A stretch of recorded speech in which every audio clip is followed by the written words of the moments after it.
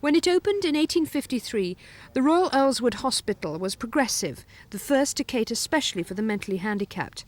It was criticised recently for overcrowding and poor sanitation, but the authorities were quick to point out today that money has been spent on improvements.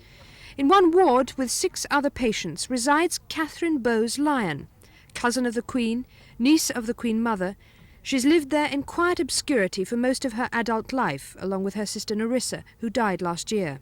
She's an elderly, frail old lady, one who finds it very difficult perhaps to understand this sort of thing, what's going on in the world around her. She's really little more than a child. The 2 sisters come from the Bowes-Lyon clan, whose family seat is the 14th century Glamis Castle in Scotland. But they've always been cared for courtesy of the state. According to the hospital, the family haven't been involved for some time. She was last visited, so far as I'm aware, by direct relatives in the early 60s.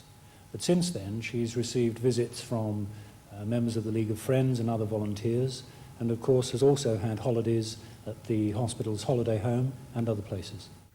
Burke's Peerage, the aristocratic who's who, listed the sisters as being dead in 1963. Debrett's too dropped their names from their book in the 50s.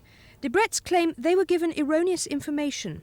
One doesn't really like to theorise too much, but it would seem to me that their mother had more or less rejected them in her mind as being her daughters. She had 5 daughters, and these 2 were unfortunately seemed to have been born mentally disturbed, and that in her own mind she shut them out. The other information about the other daughters are correct? Oh yes, that's all right. So it's not like it could be an oversight? No, I mean an oversight like that doesn't happen. There have been allegations of a cover-up, hiding mental frailty within Britain's most distinguished family. Their niece, Lady Elizabeth Anson, denied that today and said that her grandmother, Fenella, was very vague and probably made a mistake. Do you think they were covering up?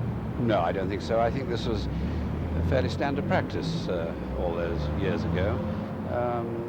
People went into long-stay mental handicap hospitals, and to all intents and purposes, they were dead. The royal family have refused to comment.